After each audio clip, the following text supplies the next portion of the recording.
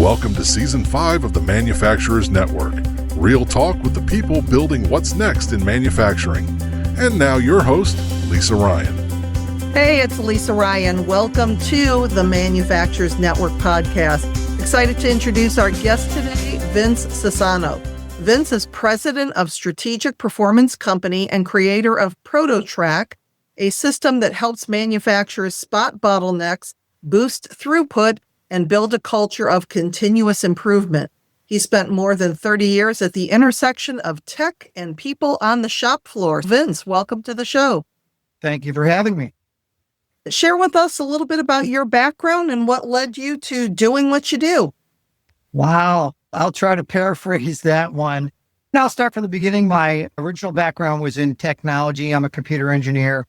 And through my career and then my starting of a consulting firm, I gravitated towards the manufacturing industries and then eventually down to the shop floor.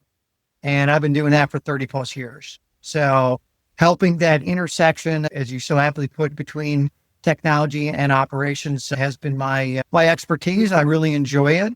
And it's a lot of fun.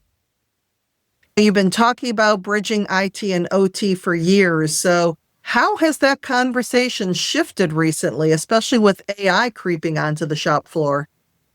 What's interesting, it really hasn't been so much of an impact of AI as it has been the generational shift. Okay. You have the Gen Zers and the millennials, which will accept the technology. You have the boomers and the Xers, which are resistant to it really for culture reasons. They're not resistant to the technology for what it can do. They're resistant to the technology because they're afraid that they won't be able to control what it will do. And that's really been more so. AI is just a tool. You need good data for AI.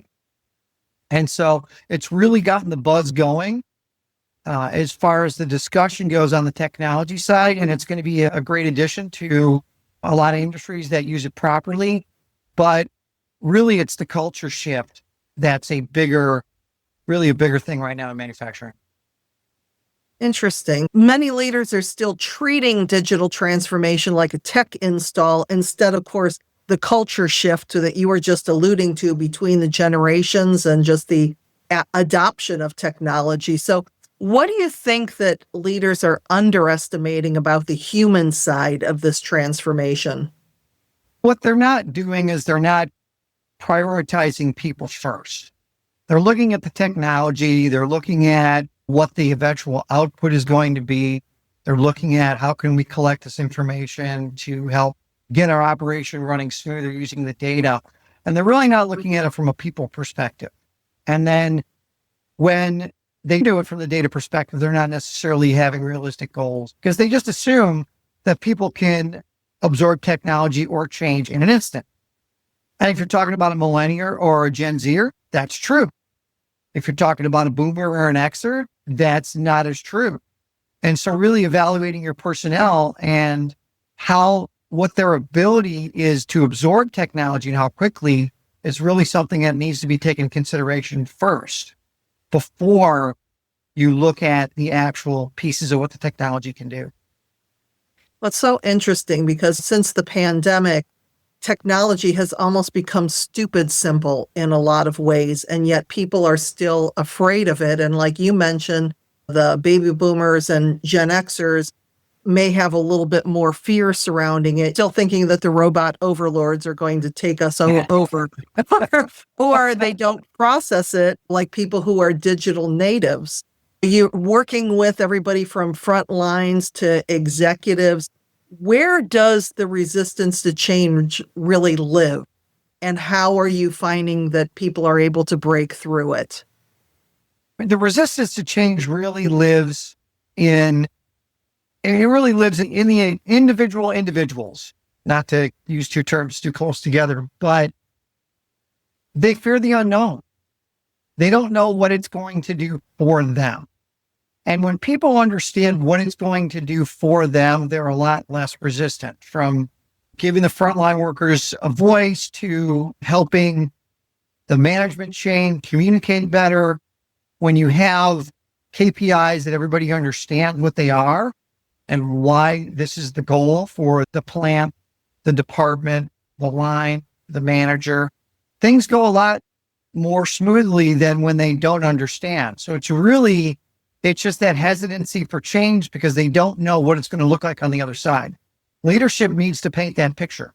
Leadership needs to build that vision and say, this is how things are going to be better once we do this. And then that opens the door then. That's not the complete picture, but that opens the door for everybody to at least listen. And I think that's the key thing there, Lisa, is that when people don't want to listen, they don't. You can't make them listen. And you're short of showing them the door, which we've had that in some cases. There have been people that have taken a look at what we're going to be doing and how it's going to be changing, and they just leave for their whatever their reasons are. They just don't want to go through that process. But I think in having that conversation, it's showing them the benefit of using the technology because, again, we're seeing so many jobs, especially in the white collar, that are being eliminated because AI can supposedly do a lot of that. And maybe people just don't want to learn it or they're afraid of it.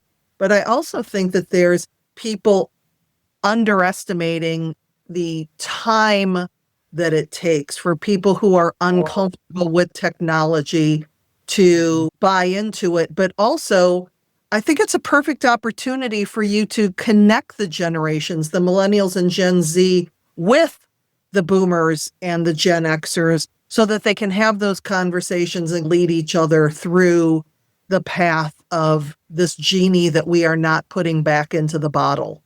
Yeah, you're 100% correct. It's the leading of the conversations that really is an unsung benefit here as to what can really be something that facilitates the change.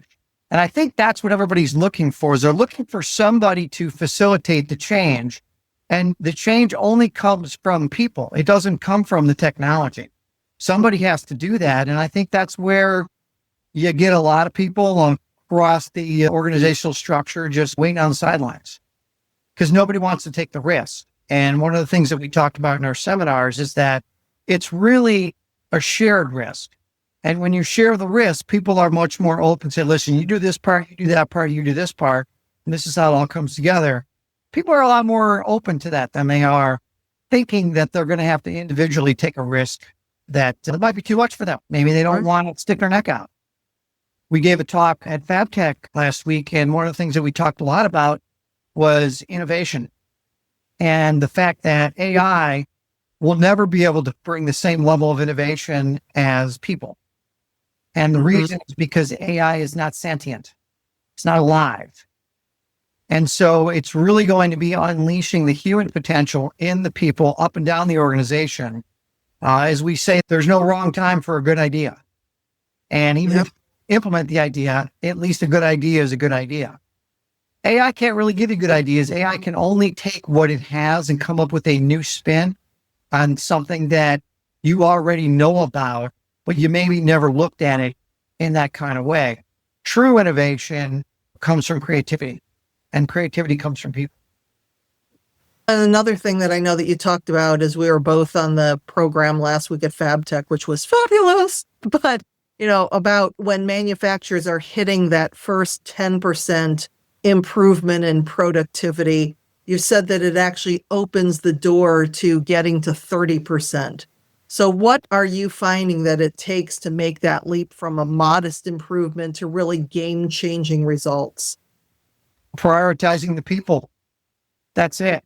Because the people are the ones that are going to make that leap for you. The technology can't do the wrong thing faster. Again, that's the only thing that technology can do is it can just do things faster, and fastest. But if it's doing the wrong thing, it's just doing the wrong thing in less time. As opposed to the people, when you see the change in the people, that's when you're going to make those leaps from 10% to 30% and beyond. Yeah, it's so interesting. It just reminded me of a commercial, and I don't even remember what the company's for, but they're talking about how like Joe in sales is using AI and how much faster he is turning things around. And the manager's like, how is it affecting his numbers? It's not really affecting his numbers yet. It's just making him more productive. So I was like, what the heck? How did, how is that the definition of more productive? I you lost Exactly. that one. Yeah, you're failing faster. Which you bring up an interesting point. And this is one of the things that I've had very long conversations with a lot of my customers on over the years. And that has been in the beginning when we were doing this in the 90s, we just noticed that there was an adversity to use data at all by the Xers and the boomers. They just didn't want to manage with data. They wanted to manage by gut feel. They wanted to walk around with a megaphone and start yelling at people. And that's what they did for many years. Right. It was when data started to become more affordable, when this whole thing got some sunlight shined on it, because listen, here's the data telling you what to do. Don't spend time collecting and analyzing the data. Spend time doing what the data is telling you to do. And one of the best ways to avoid that is to just not collect data. They would just say, we don't know. And it's, do you want to find out? No, we got busier things to do. We're trying to get product out the door. We're trying to meet the schedule. I got turnover issues. I don't have time to look at data that's going to tell me to fix these things. So then you get a little bit of the ego stuff going in there saying, listen, I know better what to do than what some data is going to tell me. And then you just got some people that were just resistant to change. And the first change was accepting the fact that you have to accept data. We are now long past that. You can't not collect data nowadays. Now, what you do with it, that's another story. But at least that hump has been resolved, but it's taken decades to get people to say, listen, you got to look at the data. Not, oh, we should be collecting data. Really, that's where the fight was many years ago. And number one, the data doesn't lie. And number two, when you're looking at data for the sake of data, it's one thing. But when you're looking at it specifically, like you mentioned turnover, I encourage my clients all the time, put a pencil to paper to find out how much turnover is costing you.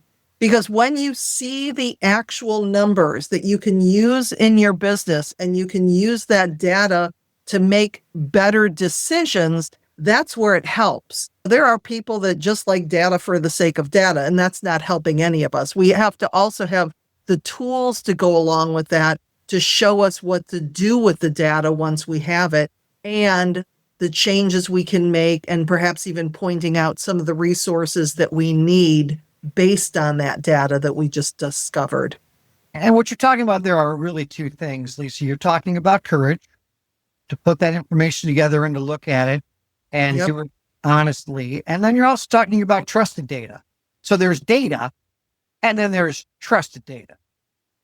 And one of the things that happened generationally was people were always in the habit of questioning the data. Whose data is that? Where did you get this information? How do we know it's correct? And a lot of this was before there was a significant amount of enterprise adoption of data. Nobody really wants to argue with the accountant or the CFO if they're making money or not, because he's got the data and he's got the system. But then when you get to some of the other subsystems of the company, there's always been a little bit of a concern. That was one of the first level pushbacks. So once they got around the fact that they have to deal with data, then the next resisting point was, whose data is it? And once you get to the point of trusted data, that's when really you shift into the culture. If you look at the Kubler-Ross curve of change versus time, which I think I sent you a copy of, the first step in that is shock. Doesn't matter what the data says, but the data is going to say something that you don't necessarily think you knew, or maybe you don't even agree with. But the first human response is going to be shock. And then the second step is going to be denial. And then the third step, depression. So the first three steps are not something that people want to go through. No. Hey, I'm going to go to work and I'm going to be in shock. And then I'm going to go into denial, and then I'm going to be depressed. That's awesome. That's awesome. I can't wait to get this technology project started, right? We're starting with technology And that's the whole precipice for doing whatever this project is. And the first 3 steps are human: shock, denial, and depression. And then, of course, then you get to the experimentation, the adoption phase. And then everybody, once you're done, everybody looks back and goes, why didn't we do this sooner? It's just hilarious. You tell somebody something, you tell them something, you tell them something. Finally, they get it. And then the first thing they say is, why didn't you tell me sooner? Exactly. Like, what? Yeah, it's really that eye-opening stuff. And then when you add the generational divide to it, which I think has only happened because of the expanded time frame under which people have had to learn to adjust to technology and manufacturing, that the generational divide even came into play. If they would have done it sooner, the boomers and the Xers would be like, oh, I have technology. This is great. Millennials come on in. Gen Zs come on in. We've been using technology for years, and that's all good. But because the boomers and the Gen Xers resisted for so long, and they resisted so successfully, that's the other thing. They're trying to push it to retirement day, because when they retire, not my problem. Yep. So in the future, when you and I are both 150 years old, the millennials and the Gen Zers will be dealing with the Gen Alphas and the Gen, whatever they keep naming all these generations. And technology will just be the commonplace instead of being something kind of new. And I'm excited to see this acceleration process to take place. But really, it's going to be the people side that's going to require a majority of the work, which is why I'm so excited to talk to you. And you and I have shared a lot about what you do on the culture side of things. And that's it. That's the game. Technology is always going to be there. And yes, it's going to get better and faster, and AI is going to do its AI thing. But people aren't going away. At least, I hope not. Yeah. We keep coming back to people. We keep coming back to culture, and still culture in a lot of places, as we both know, is talked about in soft terms. So from your vantage point, how are you really connecting cultural involvement to hard metrics like profit and throughput and retention? Oh, okay. Everything gets back to the KPIs. So if you don't have KPIs, you got to have them. And if you have KPIs, you need to refine them, review them annually at the least. Sometimes we'll review them throughout the year. Sometimes they'll add KPIs, and actually sub KPIs are really helpful, because sub KPIs help you drive down to the department, to the line, to the individual. We've got some very powerful reports that we run out of Proto Track that are by operator. So we can see individually how certain operators work on certain lines, how certain operators work on certain products. We have a employee scorecard module that some of our customers use to be able to take a look at, should we cross-train? Should we have people learn how to work more than one piece of equipment? Or do we want to go to the superstar route?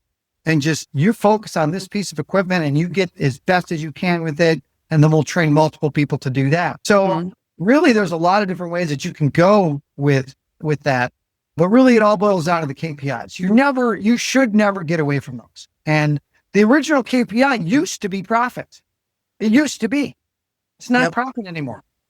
It's not. Turnover is probably more important now than profit, because if you don't have the people, you can't keep the ball game going, especially in a post-COVID world. We've seen what COVID can do. Manufacturing is one of those industries you can't mail it in. There is no, hey, let's get the plant floor on Zoom and still make the product. That's not happening. That's not happening in manufacturing. People got to show up and still run the operation. So as we're getting to the end of our time together, so looking at 2025 and beyond, what do you feel is the biggest risk that manufacturers are facing if they don't invest in this intersection of data, process, and culture? They'll be left behind. They'll be left behind with competition, with getting squeezed on costs and margins. Actually, I read an article this week about, it was in Food Pro magazine, I believe, and it talked about how the budget for capital expenditures just isn't there anymore like it used to be. So the traditional way of making improvements has been just buy new equipment, buy faster equipment. That's a capital expenditure. You can amortize that over time and make your profit numbers look good. and still get product out the door and everybody's happy. But when you don't have that budget, that money, and you have to look at your existing operation and squeezing more throughput out of your existing operation, it's now becoming a requirement.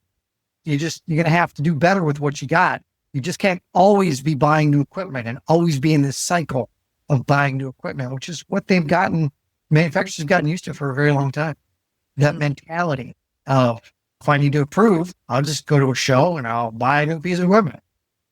And that works. Bring it in and not tell my employees, and then have them all rebuild the piece of equipment sit there like exercise equipment. Yeah, hey guys, look at this box former I got. It's going to help us with forming boxes. And then 18 months later, it's still not even set up and not even running. Yeah, still in the box. Yes, it's still in the box. Oh my goodness. See, I told you we're going to have too much fun here. Exactly. Vince, if somebody did want to continue the conversation, learn more about what you do and what Proto Track is, what's the best way for them to get a hold of you? 2 ways. One, go to our website. That's going to be www, and then the number 3. Okay. And then the letter D, spc.com. That's 3dspc.com for the website. Or you can email me at first initial V, Sassano, Sassano at 3dspc.com. That's the best way to get a hold of me. All right. Vince, it was great seeing you at FabTech. It was great spending time with you today. Thank you so much for joining me. No, this has been great. Thanks, Lisa. I'm Lisa Ryan, and this is the Manufacturers Network Podcast. We'll see you next time. Thanks for listening to the Manufacturers Network Podcast. If this conversation gave you something to think about, share it with someone else who will get it. And hit subscribe so you don't miss what's next.